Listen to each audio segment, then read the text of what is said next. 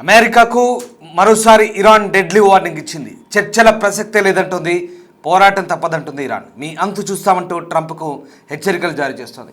తమ క్షిపణి వ్యవస్థ నాశనం కాలేదంటూ ప్రకటించింది. ఇకపై టన్ను కంటే ఎక్కువ బరువున్న పేలోడ్లను మోసుకుపోయే వార్ హెడ్లను ప్రయోగిస్తామంటూ సంచలన ప్రకటన చేసింది. ఇక బహ్రెయిన్, కువైట్, యుఏఈ, సౌదీల్లో మళ్ళీ దాడులు చేస్తోంది ఇరాన్. యుద్ధాన్ని ఎప్పుడు ముగించాలనేది తామే డిసైడ్ చేస్తామంటున్నారు ఐఆర్జీసీ కమాండర్లు. ఈ నేపథ్యంలో మళ్ళీ పశ్చిమాసియాలో యుద్ధ ఘంటికలు ప్రమాద స్థాయికి చేరుకుంటున్నాయి. అటు హర్ముజ్ జలసంధిలో ఆయిల్ సరఫరాను అడ్డుకుంటే ఇరాన్ను ఇంకా 20 రెట్లు అధికంగా దెబ్బతీస్తామన్న అమెరికా ప్రకటన నిజమైంది. హర్ముజ్ జలసంధిలో ఇరాన్కు చెందిన 16 నౌకలను అమెరికా ధ్వంసం చేసింది. ఈ నేపథ్యంలో మళ్ళీ హర్ముజ్ జలసంధిలో కూడా ఉద్రిక్తతలు చోటు చేసుకున్నాయి. ఇటు ట్రంప్ హెచ్చరికలను ఇరాన్ ఏమాత్రం పట్టించుకోవట్లేదనే వాదనలు వినిపిస్తున్నాయి. తాజాగా జరిగిన దాడుల్లో ఇటు ఇరాన్ నౌకలు ధ్వంసమైన పరిస్థితి కనబడుతుంది హర్ముజ్ జలసంధిలో. మరోవైపు ఇరాన్ అయితే విరుచుకుపడుతోంది. ఓవైపు దాడులు చేయమని చెప్తూనే నైబర్ కంట్రీస్ అయినటువంటి యుఏఈ, బహ్రెయిన్, ఖతర్ ఈ ప్రాంతాల్లో భీకర దాడులు కొనసాగిస్తున్న పరిస్థితి కనబడుతుంది. దీంతో ఆ ప్రాంతాలన్నీ కూడా మళ్ళీ భయంగా గడుపుతున్న పరిస్థితి కనబడుతోంది. ఇక తాజాగా ఇరాన్ చేసినటువంటి దాడులు బహ్రెయిన్ క్యాపిటల్ మనామా ప్రాంతంలోని సీఫ్ జిల్లాలో ఓ అపార్ట్మెంట్పై దాడి చేసి ఒక మహిళ మరణించింది, అలాగే మరొక బాలుడు గాయపడ్డాడు. మరోవైపు ఇజ్రాయెల్పై కూడా దాడి చేసింది. సెంట్రల్ ఇజ్రాయెల్పై దాడి చేసి ముగ్గురిని హతమార్చింది. ఇక అటు ఇజ్రాయెల్ చేస్తున్నటువంటి దాడులు కూడా భీకరంగా కనిపిస్తున్నాయి. తెహ్రాన్ రిసాలత్ స్క్వేర్లో అమెరికా దాడిలో 40 మంది మృతి చెందారు. అలాగే ఇక భీకర దాడులు కొనసాగుతున్నాయి ఇరువైపుల నుంచి కూడా. ఇటు ఇజ్రాయెల్ దక్షిణ అలాగే తూర్పు లెబనాన్లపై కూడా భీకర దాడులు చేస్తుంది. ఇప్పటి వరకు 500 మందికి పైగా ఇజ్రాయెల్ దాడుల్లో లెబనాన్లో మృతి చెందిన పరిస్థితి కనబడుతోంది. సో బీరూట్, లెబనాన్ రాజధాని బీరూట్ అంతా కూడా అల్లకల్లోలంగా మారుతున్న పరిస్థితి కనబడుతోంది. సో మొత్తం మీద భీకర దాడులు, ప్రతి దాడులు కొనసాగుతున్నాయి. హర్ముజ్ జలసంధి సమీపంలో అమెరికా భీకర దాడులు చేసింది. ఇరాన్ మైన్ లేయర్స్ నౌకలే లక్ష్యంగా దాడులు చేస్తుంది. ఒకసారి మనం ఆ దృశ్యాలు చూడొచ్చు. మైన్ లేయర్ నౌకలు ఇవి ఇరాన్ చాలా గుట్టుగా వీటిని కాపాడుకుంటుంది. భూగర్భ కేంద్రాల్లో ఇరాన్ ఏ రకంగా మైన్ లేయర్స్ నౌకల్ని దాచిపెట్టిందో ఆ దృశ్యాలు మనం చూడొచ్చు. ఎక్స్క్లూజివ్ ఫుటేజ్ ఇది. 2025లో ఈ ఫుటేజ్ బయటకు వచ్చింది. అలాగే ఇక్కడ American missiles Iran mine layers నౌకలను 16ని విధ్వంసం చేసింది. ఈ దృశ్యాలు ఇవి అమెరికన్ యుఎస్ సెంట్రల్ కమాండ్ విడుదల చేసింది. ఆ రకంగా ఇరానియన్ నౌకలపై దాడి చేసి మొత్తం 16 నౌకలను విధ్వంసం చేసినట్టుగా మనకు తెలుస్తోంది. హర్ముజ్ జలసంధిని మూసివేయడం ద్వారా ఇరాన్ చాలా పెద్ద తప్పు చేస్తుందంటూ అమెరికా వాదిస్తోంది. చమురు ధరల పెరుగుదలకు కారణమవుతూ ఇప్పుడు ఇరాన్ ప్రపంచ దేశాలను ఇబ్బంది పెట్టడం చూస్తూ ఊరుకోమంటూ అమెరికా హెచ్చరిస్తోంది. ఈ దృశ్యాలు ఇరాన్ మైన్ లేయర్స్ నౌకలు చిన్న చిన్న పడవలు ఇరాన్ భూగర్భ కేంద్రంలో దాచిపెట్టిన నౌకలు వీటికి సంబంధించి ఇప్పుడు ఈ ఫుటేజ్ అంతా కూడా ఆసక్తికరంగా మారుతుంది. ఇవి బయటపడ్డ పరిస్థితి కనబడుతుంది. 2025లో ఐఆర్జీసీ విడుదల చేసిన ఫుటేజ్ అది. అండర్ గ్రౌండ్ నేవల్ టన్నల్స్ అవన్నీ కూడా fast attack boats, anti ship missiles, అలాగే అవన్నీ కూడా నేవల్ మైన్స్, ఇవన్నీ కూడా మైనింగ్ చేసే నేవల్ బోట్స్ అన్నమాట. సో ఐఆర్జీసీ వీటిని విడుదల చేసింది. అలాగే ఇప్పుడు వీటిని ఈ మైన్స్ బోట్లని ఇప్పుడు యుఎస్ డెస్ట్రాయ్ చేసింది. వీటన్నింటి కూడా గతంలో ఏవైతే టన్నెల్స్లో భూగర్భ కేంద్రాలు దాచిపెట్టారో వీటన్నింటి కూడా ఇప్పుడు అమెరికా విధ్వంసం చేసింది. ఇదిగో ఈ 16 నౌకల్ని విధ్వంసం చేసిన దృశ్యాలు అటు యుఎస్ సెంట్రల్ కమాండ్ విడుదల చేసింది. దీన్ని బట్టి మనం అర్థం చేసుకోవచ్చు. ఇంతకుముందు యుఎస్ స్టేట్ టీవీ మీడియా కూడా, ఇరాన్ స్టేట్ టీవీ మీడియా కూడా రిలీజ్ చేసిన కొన్ని దృశ్యాలు మనం చూసాం. టన్నెల్స్లో ఇదిగో ఇవి యుఎస్ సెంట్రల్ కమాండ్ చేస్తున్న దాడులకు సంబంధించిన దృశ్యాలు ఇక ఎక్స్లో పోస్ట్ చేశారు. జలసంధిలో పేలుడు సృష్టించడానికి ఇరాన్ సన్నాహాలు చేసినట్లు అమెరికా నిఘా వర్గాలకు సమాచారం అందడంతో ఇరాన్ మోహరించిన మైన్ లేయర్స్ నౌకల లక్ష్యంగా అమెరికా దళాలు విరుచుకుపడంతో అవి ధ్వంసమయ్యాయి.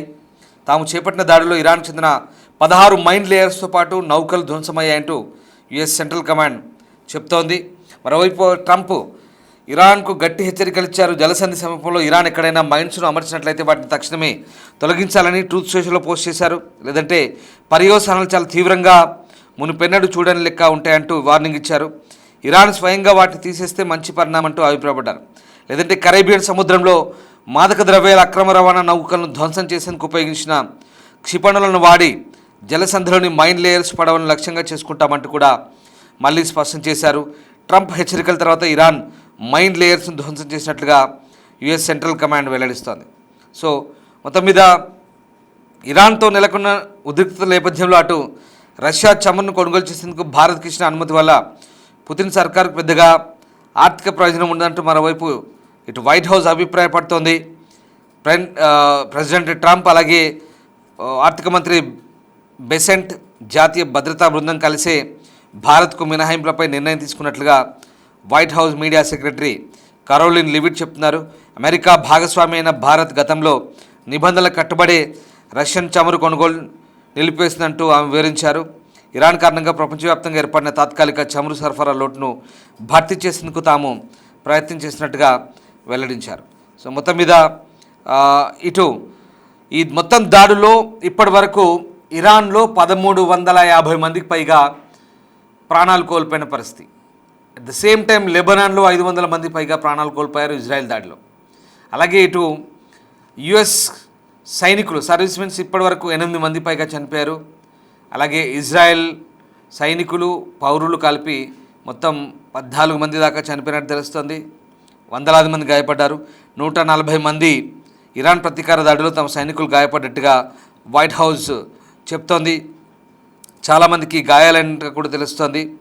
మొత్తం మీద ఇప్పుడున్న పరిస్థితుల్లో యుద్ధం భీకరంగా కొనసాగుతున్నట్టుగా మనకు అర్థమవుతుంది. ఏదేమైనా ప్రస్తుతం ఈ మొత్తం పరిణామాలను బేరీజు వేసుకుంటే కనుక పశ్చిమాసియాలో యుద్ధ పరిస్థితులు ఇప్పుడే చల్లారేలా కనిపించినట్టుగా మనకు అర్థమవుతుంది. సో ఇప్పుడున్నటువంటి సిచ్యువేషన్లో ఓవరాల్గా ఇప్పుడు ఈ మొత్తం పరిణామాలన్నీ కూడా ఒకసారి మనం గమనిస్తే ఇంకా ఇరాన్ ఎక్కడా కాంప్రమైజ్ అవ్వట్లేదు, దాడులకు ఎక్కడా వెనకాడట్లేదు. పైగా త్వరలో యుద్ధం ముగియబోతోంది అంటూ డొనాల్డ్ ట్రంప్ చేసిన ప్రకటనను ఇరాన్ తీవ్రంగా ఖండిస్తోంది. యుద్ధం ముగించేది మేమే, చెప్పడానికి మీరెవరంటూ మాట్లాడడం పరిస్థితిని మరింత దారుణంగా తయారు చేసేలా కనిపిస్తుంది. మరోవైపు ఇరాన్ నుండి దూసుకొస్తున్న క్షిపణులు ఇజ్రాయెల్ రాజధాని టెల్ అవీవ్తో పాటు జెరూసలేం, వెస్ట్ జెరూసలేం, అలాగే బీడ్షా లాంటి ప్రాంతాల్లో, అలాగే తీర ప్రాంతమైన నగరమైన హైఫాలో బీభత్సం సృష్టిస్తున్నాయి. ఆ దృశ్యాలు కూడా ఇప్పుడు చాలా వరకు వైరల్ అవుతున్న పరిస్థితి మనకు కనబడుతోంది. సో రకంగా మొత్తం మీద ప్రస్తుతం ఉన్నటువంటి పరిస్థితిలో దాడులు ప్రతిదాడులతో ఇరాన్ భీకర దాడులు కూడా చేస్తున్న పరిస్థితి కనబడుతోంది. మరోవైపు ఇక అమెరికా చెప్తున్న యుద్ధం ముగింపు సంబంధించి కూడా ఇరాన్ చాలా వెటకారంగా స్పందించింది. ఐఆర్జీసీ సంబంధించినటువంటి కమాండర్లంతా కూడా ఇప్పుడు అసలు యుద్ధం తాము ముగిస్తామని చెప్తున్నారు. అంతేకాదు చర్చల ప్రసక్తే లేదంటున్నారు. చర్చలు ఏం లేవంటున్నారు. యుద్ధమే తమకు కావాలంటున్నారు ఇరాన్. అంతిమ లక్ష్యం తాము ఏదైనా చేసి అమెరికాని ఓడిస్తామంటూ చెప్తున్న పరిస్థితి కనబడుతుంది. కానీ ఈ మొండి వైఖరి వల్ల ఇటు ఇరాన్ చేసే యుద్ధం కంటిన్యూ చేస్తామంటూ చెప్తున్న పరిస్థితుల్లో భాగంగా ఇప్పుడు ప్రపంచవ్యాప్తంగా ద్రవ్యోల్బణం పెరిగే అవకాశం ఉందంటూ యునైటెడ్ నేషన్స్ కూడా హెచ్చరిస్తోంది. హర్ముజ్ జలసంధిని క్యాప్చర్ చేయడం ద్వారా, మూసివేయడం ద్వారా, బ్లాక్ చేయడం ద్వారా ప్రస్తుతం ప్రపంచ దేశాల్లో చమురు ధరలు పెరిగి, ఇంధన రేట్లు పెరిగి ఫుడ్ క్రైసిస్ వచ్చే అవకాశం ఉండగా కూడా యునైటెడ్ నేషన్స్ హెచ్చరిస్తుంది. కానీ ఇక్కడ ఐఆర్జీసీ మాత్రం చెప్తుంది ఏంటంటే చర్చలు లేవు, అలాంటి ప్రసక్తే లేదు, మీరు చర్చలకు వస్తామన్నా మేము ఒప్పుకోము, మేము యుద్ధం కంటిన్యూ చేస్తామంటూ ఇరాన్ చెప్తుంది. సో ఈ పరిస్థితులు ఎక్కడ దారితీస్తాయనేది మాత్రం ఇంకా ఆందోళన కలిగిస్తున్న అంశం. ఏదేమైనా పశ్చిమాసియాలో యుద్ధం భీకరంగా కొనసాగుతుంది. వాళ్ళ యుద్ధం 12వ రోజు చేరుకుంది.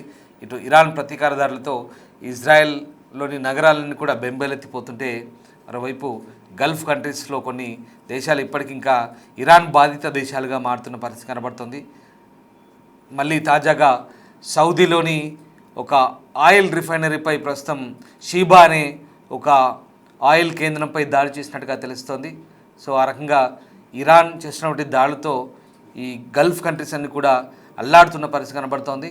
దీని మీద ఇరాన్పై ఒత్తిడి తెచ్చి యుద్ధాన్ని ఆపే విధంగా ప్రయత్నాలు చేయాలంటూ కూడా వివిధ వర్గాల నుంచి వచ్చిన డిమాండ్ల మేరకు ప్రస్తుతం ఈ రెండు దేశాల ఇటు ఇరాన్ ఇజ్రాయెల్ ఇటు ఇరాన్ అటు ఇజ్రాయెల్ అమెరికా మధ్య మరి యుద్ధం ముగింపుకు ఎలాంటి ప్రయత్నాలు జరుగుతాయని మాత్రం వేచి చూడాల్సిందే.